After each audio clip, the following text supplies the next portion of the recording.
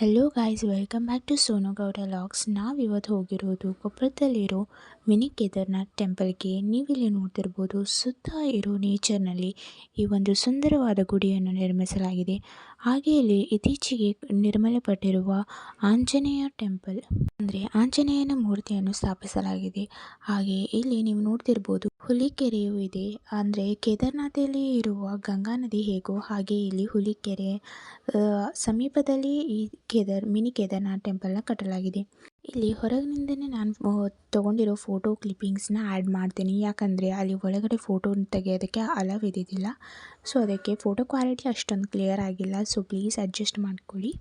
ಹಾಗೆ ಇಲ್ಲಿ ನೀವು ನೋಡ್ತಿರ್ಬೋದು, ಆಂಜನೇಯನ ಮೂರ್ತಿನ ಹೇಗೆ ಸ್ಥಾಪಿಸಲಾಗಿದೆ, ಸುತ್ತಮುತ್ತ ಇರುವ ಗುಡ್ಡದ ನೇಚರ್ನಲ್ಲಿ ಸ್ಥಾಪಿಸಲಾಗಿದೆ.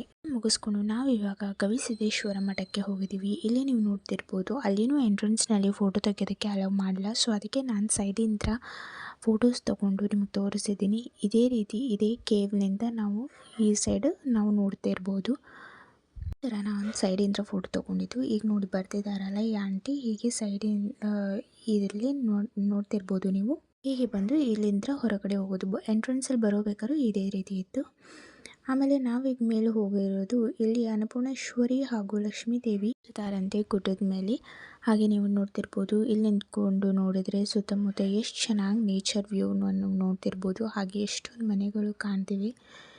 ಹಾಗೆ ಇನ್ನೂ ಈ ದೇವಸ್ಥಾನ ನಿರ್ಮಿಸ್ತಿದ್ದಾರೆ. ಇನ್ನೂ ಕೆಲಸಗಳು ಇನ್ನೂ ಹಾಗೆ ಇದ್ದಾವೆ.